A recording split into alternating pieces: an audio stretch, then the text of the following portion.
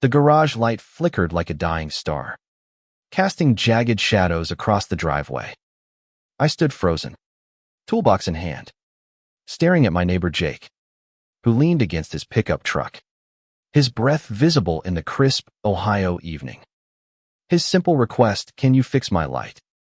Man, felt like a grenade lobbed into the quiet of my life. And I wasn't ready for the explosion that would follow. I'm Ethan, 30. The guy next door who's good with a wrench and bad at hiding who I am. In our small town of Maplewood, where picket fences and polite nods rule, being openly gay is like wearing a neon sign that says different. I've lived here 5 years, keeping my head down, fixing sinks and rewiring lamps for neighbors who smile but never ask too much. Jake. Though Jake was different. He moved in 6 months ago. A 35-year-old contractor with a handshake like a vice and eyes that lingered just a second too long. Straight as an arrow. Everyone said. Married once. Divorced. No kids. The kind of guy who drank beer on his porch and waved like he meant it. So why did my pulse race when he called my name? That evening, his garage light had been on the fritz for weeks, and he'd finally had enough. "Ethan, you're the fix-it guy?" "Right," he'd said, his voice low, almost teasing. I nodded, grabbing my toolbox, trying to ignore the way his denim jacket hugged his shoulders. We stood under that stuttering bulb, the air thick with the scent of motor oil and something unspoken. I climbed the ladder, my hands steady but my heart anything but. Jake held the base, his fingers brushing mine as he passed me a screwdriver. "Careful up there," he said, and I swear his voice cracked. Just a little. The bulb was a simple fix-a-loose wire. Nothing more. But as I tightened the connection, Jake started talking. Not small talk. Not the weather or the Browns' latest loss. He talked about his divorce. How his ex-wife said he was too closed off. How he'd spent years building houses, but never a home. I listened, perched on that ladder, feeling the weight of his words. "You ever feel like you're hiding something, Ethan?" he asked, his blue eyes locking onto mine. My breath caught. I wanted to say, "Every damn day, Jake." But I just nodded, the bulb flickering back to life above us. That night, I couldn't sleep. Jake's question burned in my mind, stirring up memories I'd buried deep. Growing up in rural Ohio, I'd learned early to keep my truth locked away. The taunts in high school, the pastor's sermons about sin, my dad's silence when I came out at 20, it all taught me to build walls. Maplewood was better, but not by much. People here tolerated me because I was useful, not because they understood. Jake, Thuff, didn't just tolerate. He saw me, and that scared me more than anything. The next morning, I found a note slipped under my door. Jake's handwriting, scrawled on a scrap of graph paper. "Thanks for the light. Coffee tomorrow." My heart did a somersault. Coffee wasn't a date, I told myself. He was just being neighborly. But as I tucked the note into my pocket, I couldn't shake the feeling that something was shifting, like a fault line under our quiet street. Over the next week, coffee became a ritual. Jake would knock on my door at 7 a.m., 2 mugs in hand, and we'd sit on his porch, talking about everything and nothing. He told me about his childhood in Cleveland, how he dreamed of being an artist before life steered him to construction. I shared bits of my story cautiously at first, testing the waters. He listened, really listened, his eyes never leaving mine. One morning, as the sun rose over the oak trees, he said, "You're not like anyone I've met, Ethan." My chest tightened. I wanted to ask what he meant, but fear glued my tongue. Instead, I sipped my coffee, letting the moment pass. But moments like that don't stay buried. They pile up, like kindling waiting for a spark. And in Maplewood, where secrets are as common as front porch flags, that spark was bound to catch. The air in Maplewood grew heavier as October settled in, leaves crunching underfoot like whispered secrets. Jake and I fell into a rhythm coffee in the mornings, small fixes around his house in the evenings. Each time I crossed the lawn to his place, my heart thumped louder. A traitor giving me away. One evening, he asked me to help with his porch railing, loose from years of neglect. We worked side by side, the setting sun painting his face in gold. His hands, rough from years of hammering nails, moved with a quiet confidence that made my stomach flip. "You're good at this," he said, glancing at me as he sanded a board. "Not just fixing stuff. Making things better." I laughed it off, but his words stuck, like a song I couldn't unhear. That night, he invited me in for a beer. His living room was sparse bare walls, a worn couch, a single framed photo of him and his ex-wife, smiling like they meant it. "Haven't gotten around to decorating," he said, catching my gaze. I nodded, sipping my beer, trying not to notice how close he sat, his knee brushing mine. We talked late into the night, about dreams we'd shelved, fears we didn't name. When he mentioned feeling trapped in his old life, I wanted to ask why, but the words caught in my throat. Instead, I told him about the time I'd tried to leave Maplewood, how I'd packed a bag at 25 but chickened out at the bus station. He looked at me, his eyes soft but intense. "I'm glad you stayed," he said. My heart stopped, just for a second. The next day, rumors started swirling. Mrs. Henderson, the neighborhood's unofficial gossip, saw us on Jake's porch and raised an eyebrow at church. By Sunday, whispers followed me at the grocery store. "Jake's spending a lot of time with that guy," someone muttered. I ignored it, but the weight of their stares pressed harder. Maplewood wasn't cruel, but it wasn't kind either. Tolerance has a shelf life, and I was pushing its limits. Jake seemed oblivious. Or maybe he didn't care. He kept inviting me over first for projects, then just to hang out. One night, as we watched a football game, he asked about my dating life. "You got someone special," he said, his tone casual but his eyes sharp. I froze, the beer bottle cold against my palm. "Not really," I said, my voice barely above a whisper. "Hard to find someone who gets it. You know." He nodded, slow, like he was turning something over in his mind. "Yeah," he said. "I know." That moment hung between us, fragile as glass. I wanted to shatter it, to ask what he was hiding behind those steady blue eyes. But fear of rejection, of ruining whatever this was, kept me silent. Instead, we watched the game, the silence louder than the crowd on TV.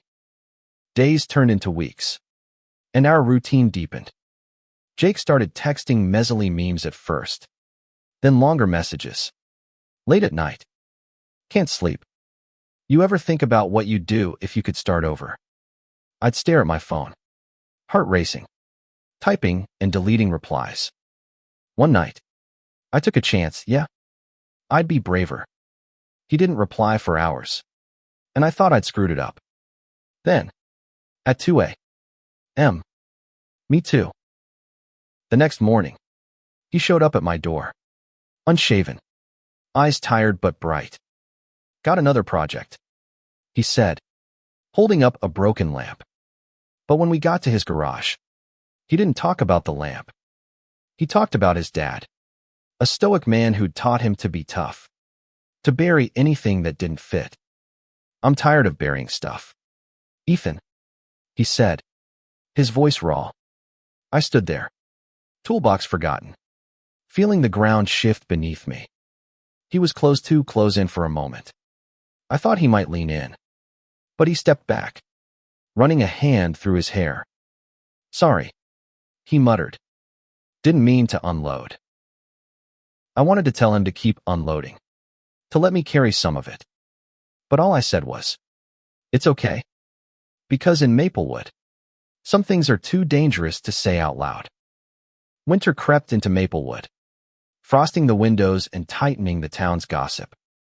Jake and I were a fixture now. Coffee projects, late-night talks that danced around the truth. But the closer we got, the louder the whispers grew, and I wasn't the only one hearing them. One morning, I found a note taped to my mailbox and signed, "Watch yourself." My stomach dropped. I crumpled it, but the words lingered, sharp as glass. At coffee that day, Jake noticed my mood. "You okay?" he asked, his brow furrowed. I shrugged, not wanting to drag him into Maplewood's underbelly. But he pressed, his hand brushing mine on the table. "Talk to me, Ethan." I wanted to God. I wanted to, but fear choked me. Instead, I changed the subject, asking about his latest job. That night, he invited me to a local bar, a dive called Rusty's where contractors and locals drown their days. I hesitated. Maplewood's eyes were everywhere, but Jake's grin was hard to resist. Inside, the air was thick with smoke and laughter. We grabbed a booth, and for a while, it was just us, trading stories over cheap beer. Then a guy from Jake's crew, Tommy, slid in, his smirk too sharp. "Didn't know you two were so tight," he said, his eyes flicking between us. Jake laughed it off, but I saw his jaw tighten. Tommy's words weren't the worst of it. Later, as we left, a group of guys outside muttered something about fags. Jake didn't hear, but I did, and it cut deep. Back at his place, I told him I should head home. "Stay?" he said, his voice soft but urgent. "It's late." I stayed, but sleep didn't come. I lay on his couch, staring at the ceiling, wondering how long we could keep pretending this was just friendship. The next day, Jake was quieter, distracted. He mentioned a call from his ex-wife, how she'd heard things about us from a friend in town. "People talk too much," he said, but his eyes didn't meet mine. I felt the walls closing in, not just Maplewood's, but his. I wanted to ask if he was ashamed, if I was a mistake. Instead, I fixed his leaky faucet, my hands moving on autopilot. That evening, he showed up at my door with a bottle of whiskey and an apology in his eyes. "I don't care what they think," he said, stepping inside. "But I don't know how to do this." "Ethan." My heart pounded. "Do what?" I asked, my voice barely steady. He didn't answer, just poured 2 glasses and sat closer than usual. We drank in silence, the air electric with things unsaid. The next week, Jake invited me to a Job City, an old house he was renovating. It was just us, the creak of floorboards and the smell of sawdust. As we worked, he opened up about his dad again, how he'd been raised to believe feelings were weakness. "I'm trying to unlearn it," he said, his voice low. I told him about my own dad, how his silence still stung. For the first time, I felt us meet in the middle, 2 people carrying wounds no one else could see. But Maplewood wasn't done with us. That night, someone slashed my tires. No note this time, just the hiss of air and a message clear as day. I didn't tell Jake he had enough on his plate, but I saw the worry in his eyes when he noticed me walking to his place. "What's going on, Ethan?" he asked. I lied, said it was nothing. But lies have a way of unraveling, and ours were fraying fast. The slashed tires were a warning, but I ignored it, too caught up in Jake to see the storm brewing. Our evenings together grew longer, more reckless. We'd sit in his garage, the fixed light now steady above us, talking until the stars faded. Each night, the space between us shrank, his knee brushing mine, his laugh warming the cold. One night, he asked me to stay for dinner. He cooked badly, burning the chicken, but laughing it off. We ate on his couch, plates balanced on our knees, the TV humming in the background. You make this place feel alive, he said, his voice soft. I froze, fork halfway to my mouth. He looked away, like he'd said too much. But the words hung there, heavy and true. The next day, trouble found us. I was at the hardware store when Mrs. Henderson cornered me, her voice dripping with concern. You and Jake seem close, she said. People are talking. Ethan, be careful. I nodded, my jaw tight. But her words were a blade. That night, I told Jake. He laughed, but it was hollow.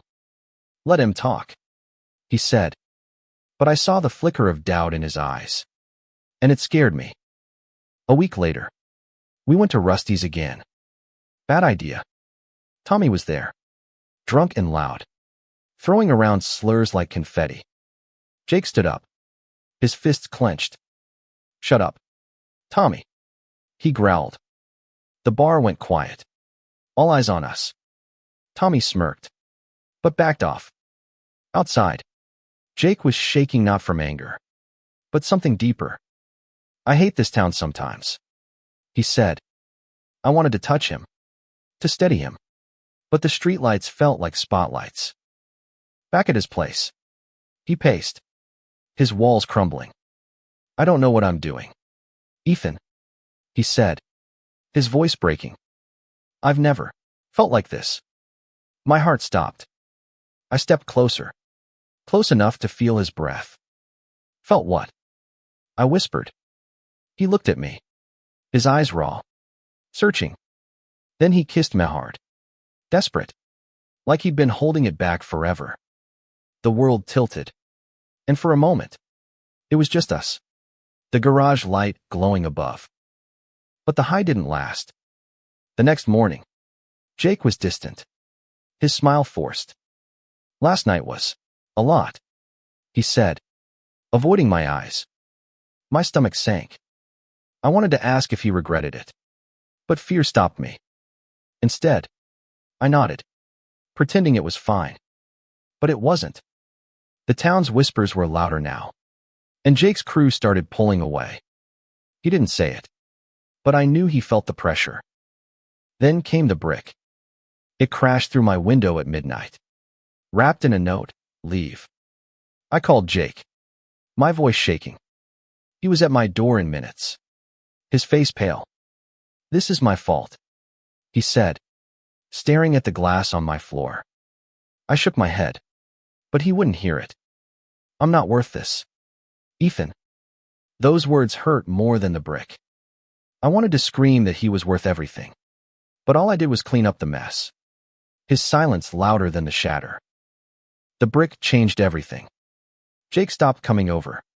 His texts went quiet, and the light in his garage stayed off. I told myself it was for the best. Maplewood wasn't ready for us, and maybe he wasn't either. But the ache in my chest said otherwise.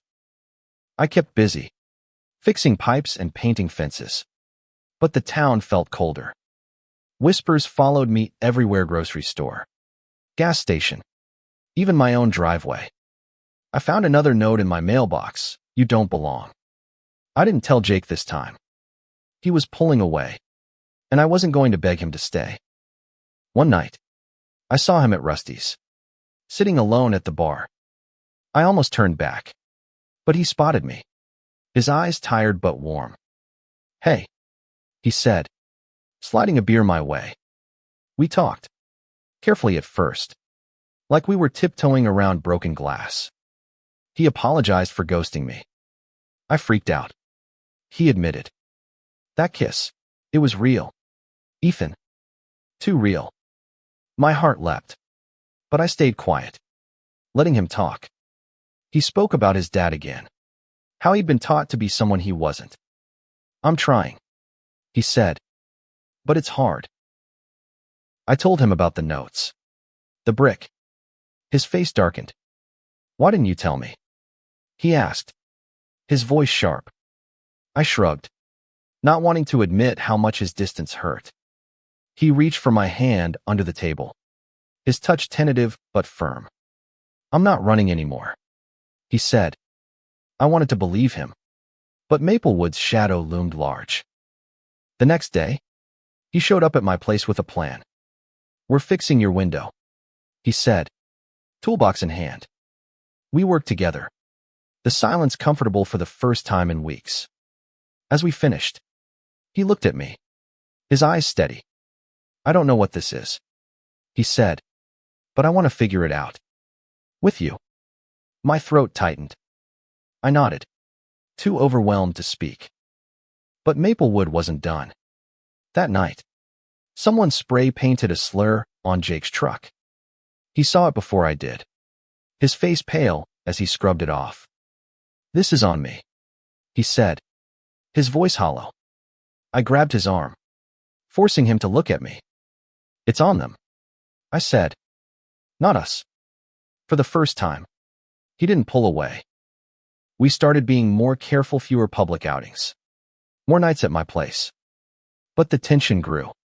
Jake's crew stopped calling him for jobs, and my clients started canceling. The town was closing ranks, and we were the outsiders. Still, we clung to each other, stealing moments in the quiet of my living room, where the world couldn't touch us. Winter tightened its grip, and so did Maplewood. Jake and I were a secret now, meeting in shadows, our laughter muffled behind closed doors. But secrets don't stay buried, not in a town like this. One night, Jake came over, his face drawn. "Tommy knows," he said. His crewmate had seen us at my place. "Put two and two together. He's telling everyone." My stomach dropped. I'd faced hate before, but Jake hadn't.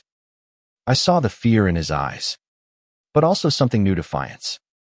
"I'm not ashamed, Ethan," he said. "Not of you." My heart swelled, but fear lingered. Words like that were brave, but bravery has a cost. The next day, the rumors hit fever pitch. Jake's boss called, saying clients were uncomfortable. My phone stopped ringing altogether. We sat in my kitchen, the silence heavy. "We could leave," I said, half joking. Jake looked at me. "Serious? Would you?" he asked. I didn't have an answer. That weekend, we went to Columbus, a rare escape. The city felt like freedom, no stares, no whispers. We walked hand in hand, something we'd never dared in Maplewood. At a quiet cafe, Jake told me he loved me. The words hit like a wave, washing away the fear. "I love you too," I said, my voice shaking. We kissed, and for the first time, it felt like the world was ours. But Maplewood waited. When we returned, Jake's truck was keyed, and my mailbox was smashed. We reported it to the sheriff, who shrugged it off as kids. Jake's anger flared. "This isn't kids," he snapped. The sheriff's eyes narrowed, and I knew we'd made an enemy. The next night, Jake insisted we go to Rusty's. "I'm done hiding," he said. I was terrified, but I followed. The bar was packed, the air thick with tension. Tommy was there, his smirk sharper than ever. "Well, look who's here," he said, loud enough for everyone to hear. Jake stood tall, his hand on my shoulder. "Yeah," he said. "We're here." The room went silent, then erupted in murmurs. We left, heads high, but my hands were shaking. Back home, Jake pulled me close. "We're stronger than them," he whispered. I wanted to believe it, but the town's hate was a weight we couldn't ignore. Still, in that moment, with his arms around me, I felt invincible. Spring came, but Maplewood stayed cold.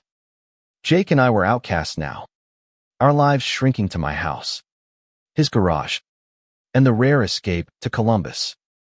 But love, even in secret, has a way of blooming through cracks.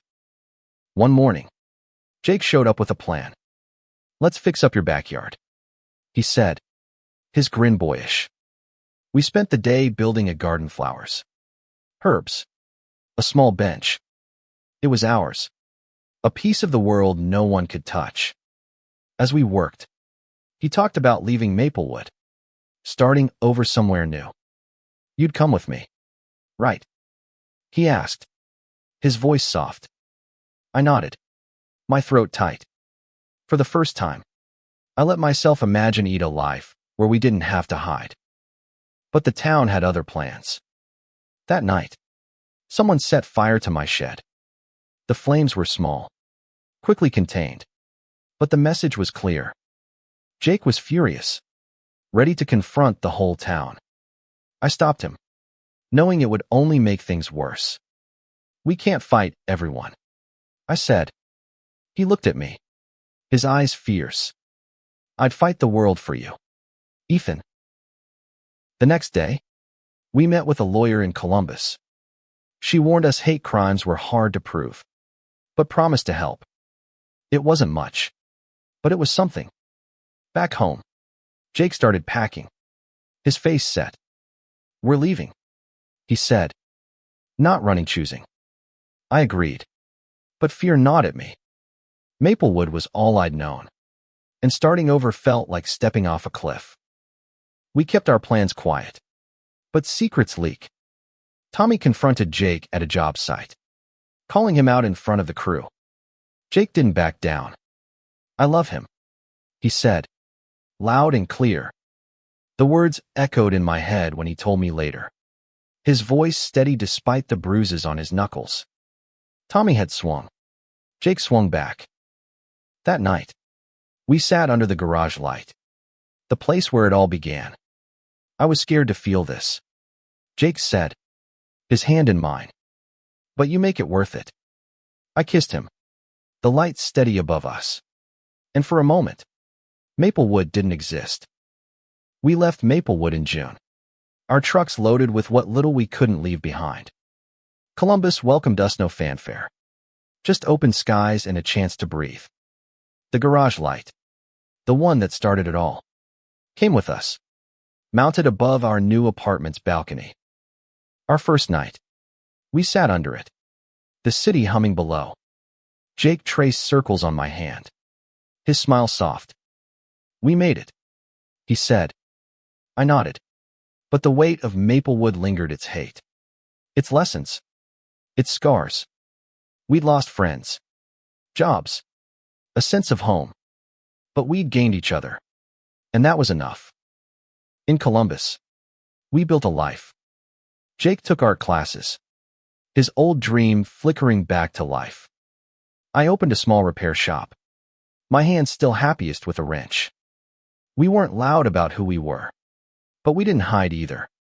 Hand in hand at the farmer's market, a kiss in the park, small acts of courage that felt like victory. One day, a letter came from Maplewood. Mrs. Henderson, of all people, wrote to apologize. I was wrong, she said. You deserved better. It wasn't much, but it was a crack in the town's armor. Jake framed it, a reminder of what we'd overcome. Years later, under that same garage light, Jake proposed. No ring, just his hand in mine and a promise to keep choosing us. I said yes, tears blurring the light above. Maplewood had tried to break us, but it only made us stronger. Looking back, that flickering bulb was more than a fix, it was a beacon. It lit up the truth we were both too scared to face. And in its glow, we found a love worth fighting for. We weren't just neighbors anymore. We were home.